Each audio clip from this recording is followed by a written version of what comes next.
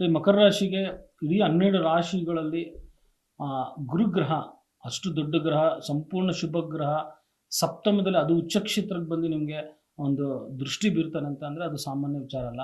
ನೋಡಿ, ನಿಮ್ಮ ಸರ್ವ ಸಕಲ ಕಷ್ಟ ನಿವಾರಣೆ ಆಗುವಂಥದ್ದು. ನೋಡಿ, ಬಹಳ ದಿನಗಳಿಂದ ತುಂಬ ಕಷ್ಟ ಬೀಳ್ತಿರ್ತೀರ, ಯಾರಿಗೂ ಹೇಳ್ಕೊಳಕ್ಕಾಗ್ತಿರಲ್ಲ. ಚಿಕ್ಕ ವಯಸ್ಸಿನಿಂದನೇ ಕಷ್ಟಪಟ್ಟು ಕೆಲಸ ಮಾಡು ಮಾಡು ಮಾಡಿ ಮಾಡಿ ಬೇಸತ್ತಿರ್ತೀರ. ಆದರೆ ಯಾವಾಗ ನಿಮಗೆ ಗುರುಗ್ರಹ ಸಪ್ತಮಕ್ಕೆ ಬಂದಾಗ ಸಂಪೂರ್ಣ ಅದು ಶುಭ ಗ್ರಹ, ನಿಮಗೆ ಸಂಪೂರ್ಣ ನಿಮ್ಮ ಜೀವನನೇ ಬದಲಾಗುವಂಥ ಸಾಧ್ಯತೆ ಇರುತ್ತೆ.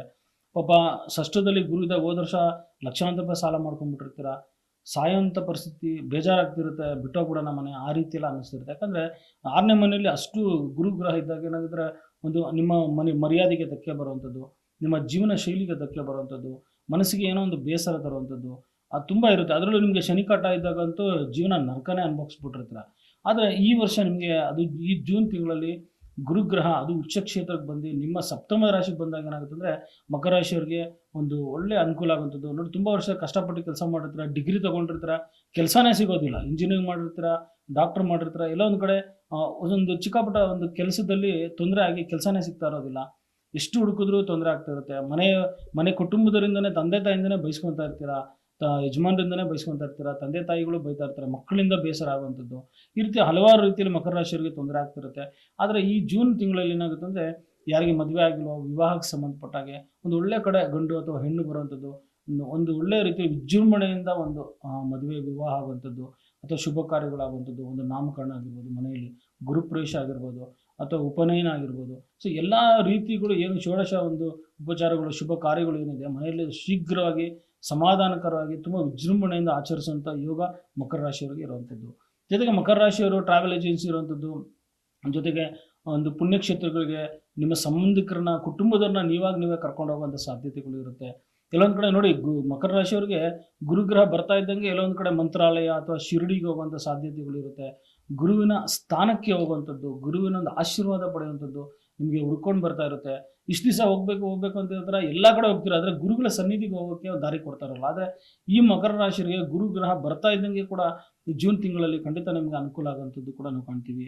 ನೋಡಿ, ಮೊದಲೇ ಕೂಡ ಜೂನ್ ಅಥವಾ ಮೇ ತಿಂಗಳಲ್ಲೇ ಗುರುಗಳನ್ನ ಒಂದು ಭೇಟಿ ಮಾಡಿರುವಂಥ ಸಾಧ್ಯತೆಗಳು ಇರುತ್ತೆ. ಯಾಕಂದರೆ ಗುರುಗ್ರಹ ಏನಾಗುತ್ತೆ ಅಂದರೆ ಒಂದು ತಿಂಗಳ ಮುಂಚೆನೇ ನಿಮಗೆ ರಾಶಿಗೆ ದೃಷ್ಟಿ ಬೀರ್ತಾ ಇರ್ತಾರೆ. ಹಾಗಾಗಿ ಗುರುವಿನ ಒಂದು ಶಕ್ತಿ ನಿಮಗೆ ಮೇ ತಿಂಗಳಿಂದನೇ ಪ್ರಾರಂಭ ಆಗಿರುತ್ತೆ.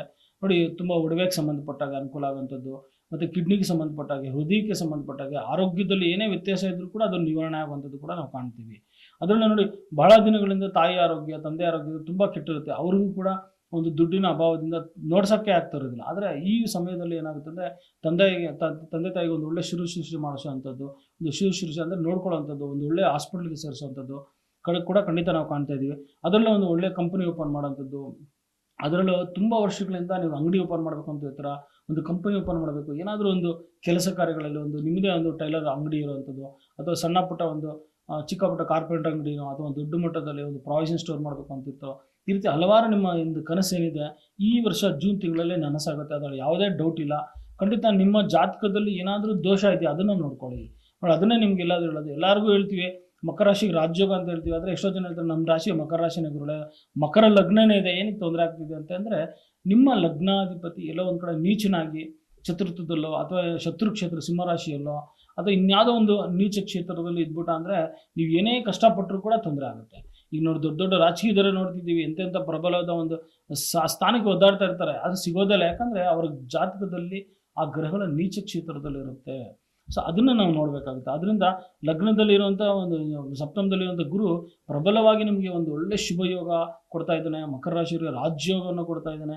ಅದರಿಂದ ಎಲ್ಲವನ್ನು ಸುಖ ಸಂತೋಷ ಒಂದು ಅನುಭವಿಸುವಂಥ ಸಮಯ ಬಂದಿದೆ. ಖಂಡಿತ ಒಂದು ಅನುಕೂಲ ಆಗುತ್ತೆ. ಆದರೆ ಎಲ್ಲೊಂದು ಕಡೆ ಸ್ತ್ರೀಯರಿಗೆ ಆರೋಗ್ಯದಲ್ಲಿ ಸ್ವಲ್ಪ ವ್ಯತ್ಯಾಸ ಆಗುವಂಥದ್ದು, ಮಂತ್ಲಿ ಪೀರಿಯಡ್ಗಳಲ್ಲಿ ತೊಂದರೆ ಆಗುವಂಥದ್ದು, ವಿಪರೀತ ಅಥವಾ ಒಂದು ಆರೋಗ್ಯದಲ್ಲಿ ವ್ಯತ್ಯಾಸ ಆಗುವಂಥ ಸಾಧ್ಯತೆಗಳಿರುತ್ತೆ. ಸ್ವಲ್ಪ ಆರೋಗ್ಯದ ಕಡೆ ಗಮನ ಹರಿಸಿ. ನೋಡಿ, ದ್ವಿತೀಯದಲ್ಲಿ ರಾಹು ಇರುವಂಥದ್ದು, ಎಲ್ಲೊಂದು ಕಡೆ ದುಡ್ಡು ಕಾಸು ವ್ಯಾಪಾರಗಳಲ್ಲಿ, ಬ್ಯಾಂಕಿಂಗ್ ಸೆಕ್ಟರಲ್ಲಿ ಇರುವಂಥದ್ದು ಬಹಳ ಎಚ್ಚರಿಕೆಯಿಂದ ಇರುವಂಥದ್ದು ಮಾಡಿ. ಶ್ಯೂರಿಟಿ ಹಾಕಿ ಸಹ ದುಡ್ಡು ಕೊಡಿಸೋಂಥ ವಿಚಾರದಲ್ಲಿ ಬಹಳ ಎಚ್ಚರಿಕೆಯಿಂದ ಇರುವಂಥದ್ದು ಮಾಡಿ. ನೋಡಿ, ಪರಿಹಾರ ಅಂತ ಬಂದಾಗ ವಿಶೇಷವಾಗಿ ಹನುಮಾನ್ ಚಾಲಿಸ ಪ್ರತಿನಿತ್ಯ ಹೇಳುವಂಥದ್ದು ಮಾಡಿ. ಜಯ ಹನುಮಾನ ಜ್ಞಾನ ಗುಣಸಾಗರ ಜಯ ಕಪೀಶ ತ್ರಿಲೋಕ ಉಜಾಗರ ರಾಮದೂತ ಅತುಲಿತ ಬಲಧಾಮ ಅಂಜನಿ ಪುತ್ರ ಪವನಸುತ ನಾಮ, ಈ ರೀತಿ ಅದನ್ನು ಪ್ರತಿನಿತ್ಯ ಹನುಮಾನ್ ಚಾಲಿಸ ಹೇಳುವಂಥದ್ದು ಮಾಡಿ. ಸಿಂಧೂರನ ಹನುಮಂತನ ಹಾಕಿರುವಂಥ ಸಿಂಧೂರನ ಪ್ರತಿನಿತ್ಯ ಹಣೆಯಲ್ಲಿ ಧರಿಸಿ, ಖಂಡಿತ ನಿಮಗೆ ಅನುಕೂಲ ಆಗುವಂಥದ್ದು. ಅದರಲ್ಲೂ ಮಕರ ರಾಶಿಯಲ್ಲಿ ವಕೀಲರು ಏನಾದರೂ ಇದ್ದರೆ, ಲಾಯರ್ ಕೆಲಸ ಮಾಡ್ತಿದ್ರೆ ಅಥವಾ ಇನ್ನೇನೋ ಬೇರೆ ಏನಾದರೂ ಕೆಲಸ ಮಾಡ್ತಿದ್ರೆ, ಅಂಥವ್ರು ಏನಾದರೂ ನಿಮಗೆ ತೊಂದರೆ ಆಗ್ತಿದ್ರೆ ಖಂಡಿತ ಗೋಮೇಧಕ ರತ್ನವನ್ನು ಧಾರಣೆ ಮಾಡಿ, ನಿಮ್ಮ ಉಂಗುರದ ಬೆರಳಿಗೆ ಗೋಮೇಧಕವನ್ನು ಧಾರಣೆ ಮಾಡಿ, ಖಂಡಿತ ನಿಮಗೆ ಎಲ್ಲ ಮಾಡುವಂಥ ಎಲ್ಲ ಕೆಲಸ ಕಾರ್ಯಗಳಲ್ಲೂ ನಿಮಗೆ ಸಕ್ಸಸ್ ಸಿಗೋದು ಕಾಣ್ಬೋದು.